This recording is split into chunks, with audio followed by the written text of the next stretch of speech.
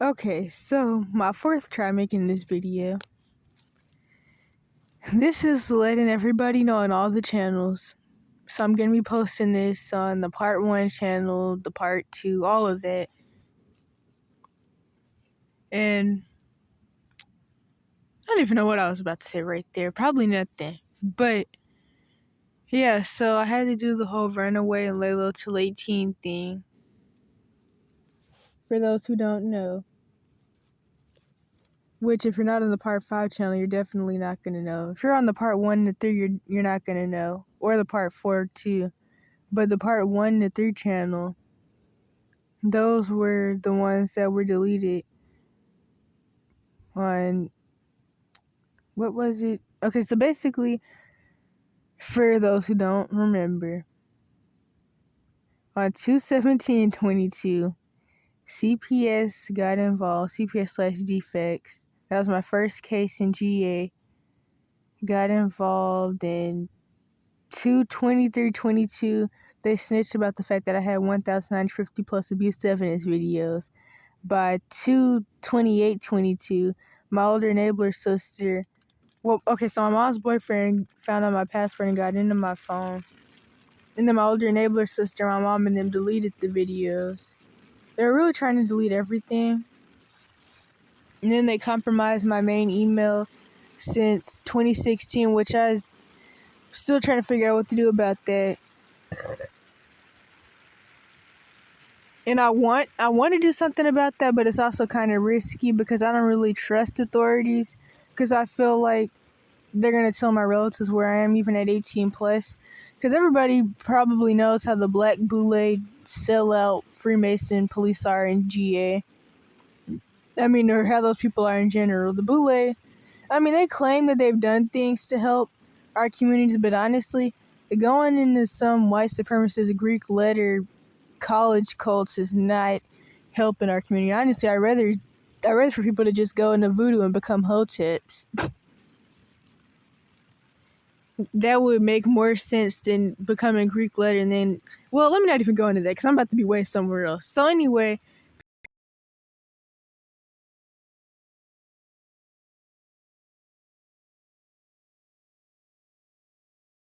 those are, but anywho, I mentioned before, I don't even know if this is on the part 5 or the part 6 channel, the things that the police would say to me throughout the different, well, honestly, I only tried to leave twice, regardless of what people will say. But there was this one point where the police are basically making jokes about how they were going to be pulling me out of a ditch. Well, yeah, a ditch or a lake or whatever, and how I was going to get raped and molested and beat up and all of that stuff. And they really wanted to see this not work out for me. They didn't want to see me leave and work out. But to be truthfully honest, the people that they were comparing me to were abused kids who really wanted attention and love and were really desperate and were attracted to older people, or either were just doing it for the attention, even without the attraction. So they were going and moving in with child molesters because they wanted to be loved. I've never really been that desperate.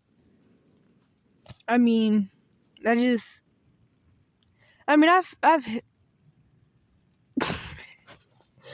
me not even, let me not even go there. But I've never been that desperate. I've never been that type of desperate. I haven't. I had limerence sessions and stuff with people my age, and I've been really codependent with people my age, and that was all really, really left because there's this one point where there's a girl, I didn't even really talk to her, to be honest, but she told me I was so desperate. It's funny, but I've never been child molester desperate. I've already had enough sexual issues throughout my life since I was a toddler, and that would have just screwed me up even more. I really didn't want to go into that, but yeah, so anywho, to get back to the point, I don't really want to get involved with the police, which is why I was scared to even let them know that I was okay yesterday on my birthday like I was supposed to, because you're supposed to let them know once you turn 18 that you're okay, but I was scared to even do that because I'm worried about them telling my relatives where I am, or just the fact that they're gonna talk junk to me and curse me out and tell me about how I need to go back to my dysfunctional family system. I don't even know where my relatives live, to be honest. I don't even know where they live. I don't know if they even still live in Georgia. I mean, they didn't even have room for me anyway. And of course, my mom most likely stopped getting the check yesterday. But they may end up giving it to her again because I don't have an account for them to put the money in, and I haven't contacted them. But the thing is, I don't want to go down for disability fraud, so I don't want to be getting a check for problems I don't have. I'm not even really sure what the check is for, to be honest. I think it's for a learning disability, but I'm not even sure. I'm really not even sure.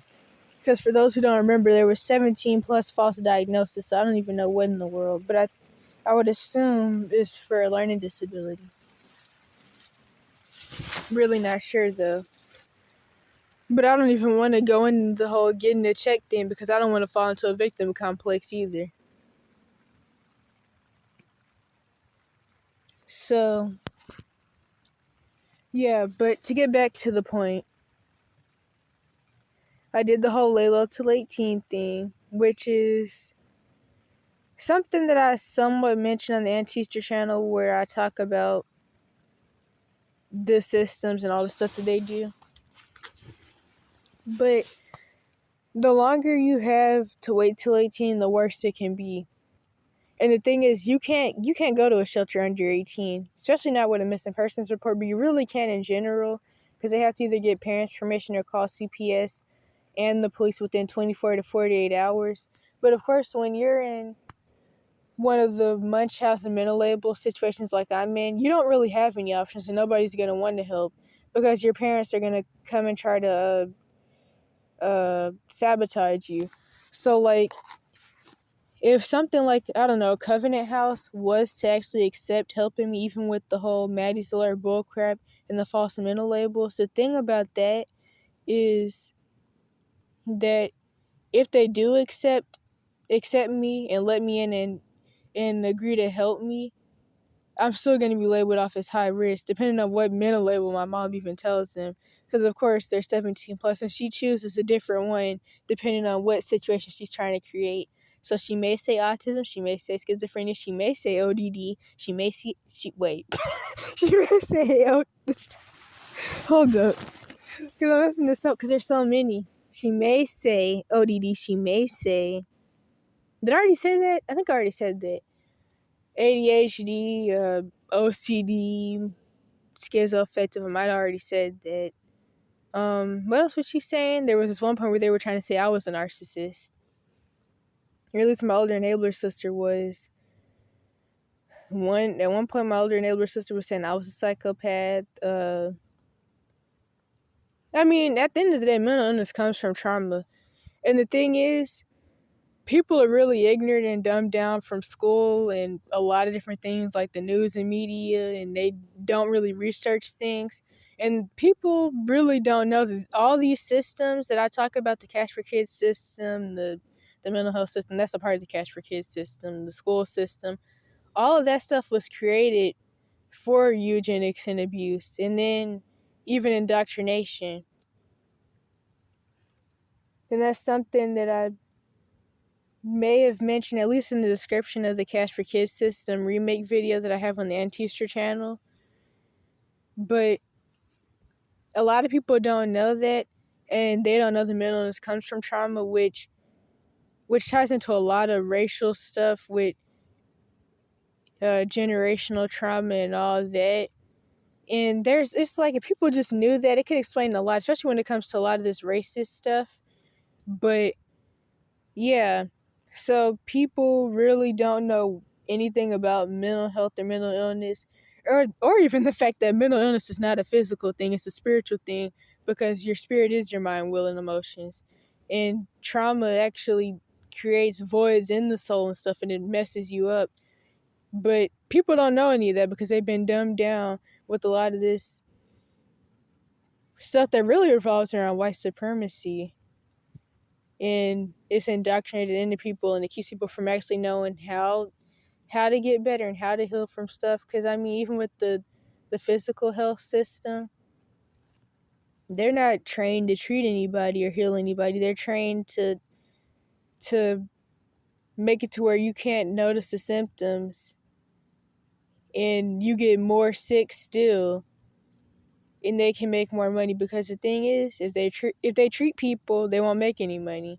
And like my mom's boyfriend always used to throw up in my Munchausen situation, they would do it just to get to me, because they would talk about how they didn't even believe in mental illness. And he would always throw up how they say in all their books that they've never treated anybody and that they don't know what causes mental illness, which actually it's not true that they don't know what causes mental illness, but they pretend that they don't know. At least the people who made it, the people who made the mental health system, they knew what caused it. Maybe these lower people don't know, because just like with the physical health system, when these people go to college for all these years, they're not trained to treat anybody, so they don't even really know what causes some of this stuff. They're taught bull crap.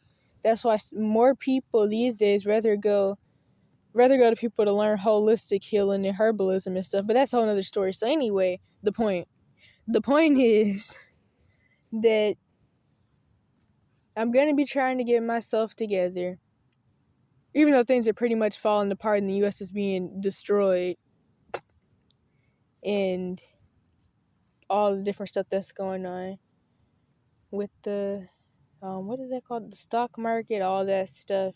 And the U.S. is being slowly destroyed and degraded. And a lot of people don't want to accept that, which I kind of talk about in the video I made on the Antister channel about how everybody in the U.S. has been in denial about pretty much everything that goes on here. But I don't even want to go into that. I'm still going to try to get things together, though, so I can have a healthy life. And yeah, I know I always mention how I wanted to go to therapy once I turned 18. And honestly, I still do. But it really does scare me, though, just the thought of how left it could go. Because, I mean, at the end of the day, although my trauma revolves around a lot of different things, one of the most traumatizing things that happened was the Munchausen situation. Also, just the fact that I still have to worry about my younger siblings and my nephew, because that still like makes me ruminate and stuff a lot. But anyway, the Munchausen situation was one of the most traumatizing situations for me, really the main traumatizing one, which is why that's like honestly one of the main things I would talk about. And what was that about? Oh yeah. And so the thing with mental health professionals and really anybody is that they don't want to admit what their field is actually made for and what the people in their field do. And they're going to say that I was just failed by the system and all that bull crap. And I hate when people talk about broken systems and failed systems, because it's not a broken system or a failed system. These systems in the Cash for Kids system are doing exactly what they were made to do, which is further traumatize and exploit and abuse and traffic and drug and label already abused kids, or even kids who don't have parents in general, or people with little dumbed down house Negro moms who basically turn their kids over to the systems that make their sons and daughters statistics. So, yeah. What was I about to say? Okay, wait a minute, hold up. Okay, so I paused it to think about it for a minute. I don't remember what I was about to say. But still, with me saying all that, the point is the Cash for Kids wait a minute. The Cash for Kids system is made to do what it's doing. Although they try to make it seem like there's systems put in place to help people under 18, but really there's no system put in place to help anybody. There isn't. And people always throw up capitalism, but honestly it's more than capitalism, because what I've realized and pieced together throughout the years is that child abuse is an agenda, and it helps create a world of messed up people who will go along with anything and don't think for themselves. Well, child abuse and indoctrination put together. So really at the end of the day, it's not even about money, because the people at the top print money anyway. And I mean, of course, the US dollar doesn't really mean jack anymore. But child abuse really none of the stuff that goes on is really about capitalism at the end of the day. Capitalism, if anything, is the cover up. Really what people should be talking about is communism. But I'll talk about that on the Antista channel more so. Okay, gonna try to wrap this up because I don't want this to be 20 minutes. So, with all that being said, I had to accept the fact that I had to save myself and that nobody's going to save me. People are going to play dumb. They're going to play flying monkey. If you don't know what a flying monkey is, Dr. Ramen has videos about it. Or really, you could watch anybody's video about it. A lot of people do. They're going to play enabler. They're going to play flying monkeys. They're going to play stupid. They're going to play like they're going to help, but they're really not going to help. All that stuff is going to happen. It's just going to make me more traumatized. And of course, when people don't want to look bad, they're going to agree with abusers too. So, like, I don't know. I can't even really think of a good example right now, so I'm just going to keep going. But when I got in the support groups, after someone from the Part 1 channel had told me that there's support groups on Reddit, which of course I got off those a long time ago for multiple reasons, I came to the conclusion that Reddit is definitely apt for white supremacists and child molesters. And it's really toxic with a lot of the agendas that they push, and you can't really, it's really censored, just like really everything is these days. And it's like they can have buck breaking and black breeding groups, but I can't say jack about jack. But I'm not even going to go into that because then I'll be somewhere else. So anyway, I got into the support groups, and I realized even more how common my situation is, which of course I already knew was pretty common because, I mean, when you're in the Cash for Kids system, there's plenty of other people in there with you that are in similar situations where they're being framed as the crazy bad person for their trauma symptoms or even over things that didn't even really happen, and their abusers are just lying. But I realized that the Munchausen part specifically, which all of it is pretty much Munchausen, but if I go into that, I'll be somewhere else. But the Munchausen part, like, I went through where I was getting all these different labels. Like, I got 17 plus labels at 12, for those who don't remember. That was the second time I was doing my mom and all that. And so I realized that was actually really, really common. And it's easy for abusers to do stuff like that because even though the people who work in these systems know that mental illness comes from trauma and that they're exploiting abused kids, a lot of people are really ignorant and dumbed down. So a lot of people in the surrounding areas don't really know about that. And I don't even know what I was about to say. But anywho, one time I specifically remember that someone left a comment under one of my posts. I don't even really remember what it was about, but somebody was like, nobody's gonna effing help you. And it was really rude, but honestly it was really true too at the end of the day. And I remember another person once told me that the only thing I can do in situations like I'm in is back away slowly and quietly. And honestly, it's true. Although I didn't do a good job backing away slowly and quietly. But I backed away. I definitely backed away. Honestly, CPS, they messed that up when they had snitched about the abuse evidence videos, because one of the worst things about that wasn't even them letting my relatives know that I had videos to prove everything that I was saying. It was the fact that the videos let my relatives know that I knew what was going on. That was the worst thing. I think I mentioned that before during the situation. But yeah, so I'm trying to think about what else to say. Basically, when you do the whole lay low till 18 thing, you don't have rights to do anything under 18, so you can't go to a shelter, you can't get food stamps, you can't do any of that. You just have to lay low. So you're going to have to be living in a tent in the woods somewhere, and you're going to have to do busking or panhandling. I wouldn't really advise panhandling because that really makes it look like you're in a bad predicament. You got to stay away from Let Me Help You Lunatics. Let Me Help You Lunatics is what got me turned in when I tried to leave in 2022 at 16. And I was only even out there for 6 days, so my mom lied and said I was gone for 30. Because she was counting me being locked up. And it's like, you're the man. There's so much I can say about that. Anywho, so stay away from wait a minute, because I have mucus buildup. Stay away from Let Me Help You Lunatics. That's what you really got to worry about. Those are people that, well, I actually have a video about it on the Part 5 channel. I put it in the description. I didn't really think I gave it a great description, but to make a long story short, They try to force help on you that you don't need or want and that they can't give. They're very unstable, and they will get you and them. They'll put you and them at risk and get you caught. And they'll do a whole bunch of stuff. And you really got to avoid them because these people, when they start bothering you, they really won't leave you alone. I felt like I would have to skip town just to get away from some of the let me help you lunatics I ran into. And they're usually females. But I think that's pretty much it. Oh, yeah, and also, I'm going to put the video in the description from the Part 5 channel where I talk about how I'm removing the videos, which I've already removed a lot. I'm completely done with the Part 4 channel. I'm almost done removing them all off the Part 5 channel. The last one is a Part 6. That one only has like 126 because things were more chaotic when my mom's boyfriend was around. For the Part 6 channel, my mom's boyfriend wasn't around for like 6 months. It felt like he was only gone for like 1 to 3 months, but he was gone for like 6 months, and then eventually I left. I left after he came back, though. That's where I had the videos about...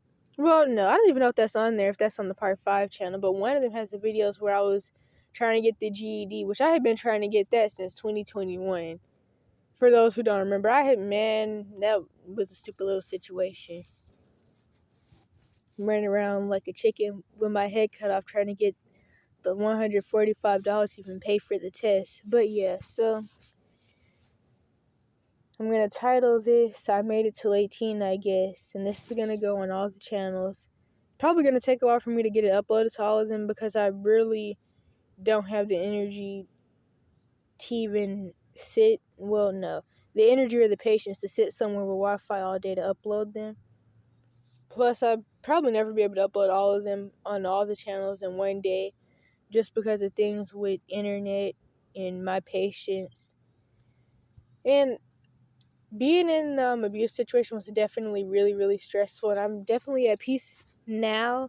It's more peaceful and it's not as stressful. But I mean, being homeless is still pretty depressing.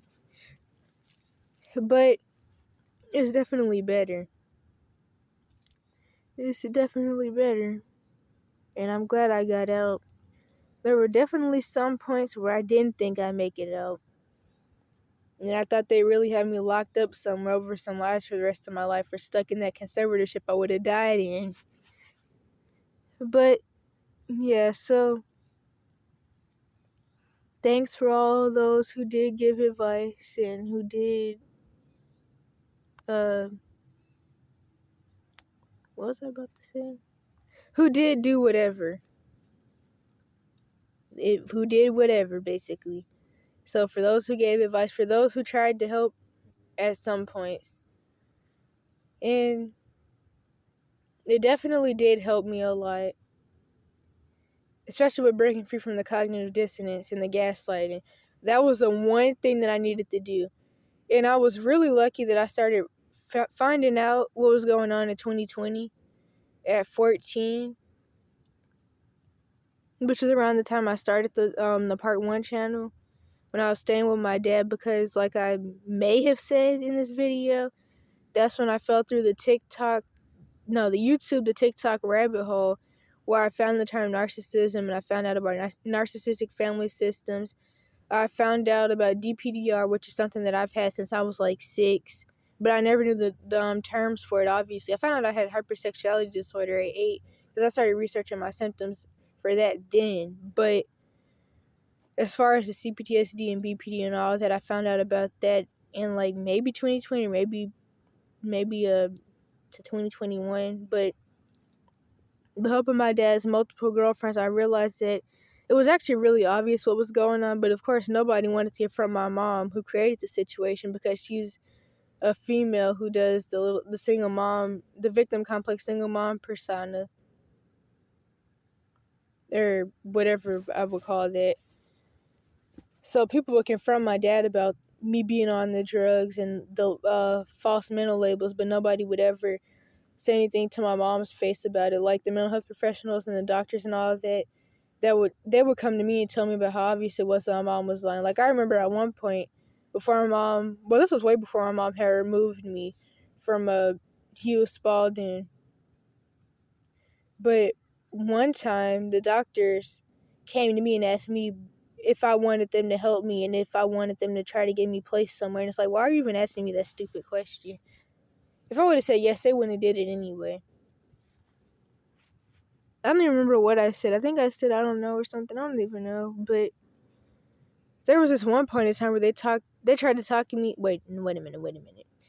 They spent more time talking to me about becoming transgender, trying to talk me into it, if anything, which, of course, I'm not about to fall into that. But they spent more time talking to me about that than about my situation. And it was just a whole bunch of mess. All the more reasons why I don't like doctors in general. And I don't trust any of them. I don't even want to get medical insurance because I just want to take my health into my own hands and do natural healing stuff. I don't even really want to go to the doctor ever again. Yeah, luckily, I've been getting my stomach issues together too.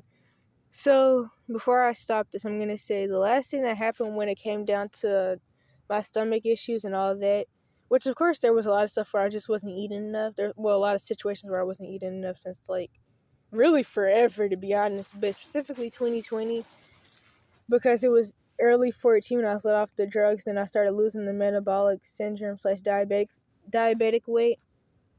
And then since the situation with my dad where I wasn't eating enough, and then I just dropped down to 80 pounds, and then I continued to be 80 pounds till I don't know, early 17. The missing persons reports, they have a different weight and height in all of them. I remember the one where I tried to sneak to the job interview, and one of the articles said I was 6 feet and 80 pounds, and then another one said I was 5'6" and 80 pounds, or 96 pounds or something like that. And somebody told me, they were like, if you were 6 feet and 80 pounds, you'd be a stick on the ground. That would honestly be really bad. But I mean, even though it was obvious how physically unhealthy I was, especially in the picture from the articles where I tried to hide out to the day of that job interview, the thing is, people just will assume that I'm starving myself because of the autism and schizophrenia or something, because people really, they're not taught to think for themselves. They're taught to just go along with what the news and media tells them. And if you read something or if you see it in an article, then it's true. But yeah, because I kept trying to figure out why nobody even questioned the weight. But then I thought about it. They probably just assume that I'm underweight because the mental label. But anyway, so, oh yeah, to get to the point. So the doctors just eventually, after, I think it took over a year me being in GA for a doctor to finally ask why in the world I was 80 pounds at 16 or 17 or almost 17 or whatever.